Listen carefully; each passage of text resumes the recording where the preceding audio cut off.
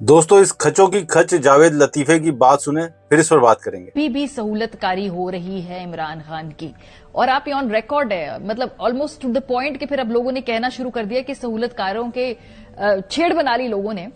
ये सहूलतकारी का सिलसिला अब हम ये कह सकते हैं कि अब खत्म हो गया है।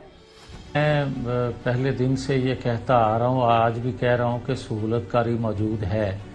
जी, तो इस वीडियो में जब एंकर ने कहा कि अक्सर आप कहते हैं कि इमरान खान की सहूलतकारी हो रही है, अब तो ये छेड़ बन गई है, क्या सहूलतकारी का सिलसिला अब खत्म नहीं हो गया? तो जवाब में ये खचों की खच कहता है कि सहूलतकारी अभी तक हो रही है। सुभान अल्लाह। वैसे इस जावेद लतीफे का मसला सिर्फ और सिर्फ इमरान खान है, क्योंकि इसको अपनी और अपने लगड़ बगड़ लीडर की औकात का पता है कि वो 2 टके की नहीं बची। ये अभी भी झूठ और बहतान पर जिंदा रहना चाह रहा है कि सहूलतकारी हो रही है। 2.5 साल से कैद तन्हाई पार्टी का नाम निशान मिटा दिया गया।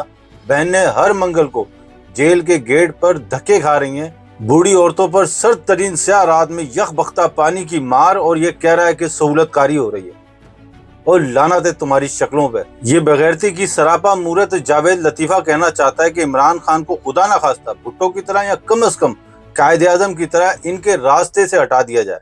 उसके बाद इसके ग्वाल मंडेला नवाज शरीफ को और उसकी बेटी को डोली में बिठाकर इक्तिदार की कुर्सी पर ले जाया जाए और अगले 50 साल के लिए इनको इक्तिदार पर बिठा दिया जाए। तो फिर इनकी रूहें खुश होंगी और ये फिर इस मुल्क के स्याह और सफेद के मुकम्मल तौर पर मालिक बन जाएंगे। और इन करप्ट हुक्मरानों के खिलाफ खड़ी होने वाली हर आवाज की जबान खींचकर इनके चमड़े के जूते बना दिए जाएं।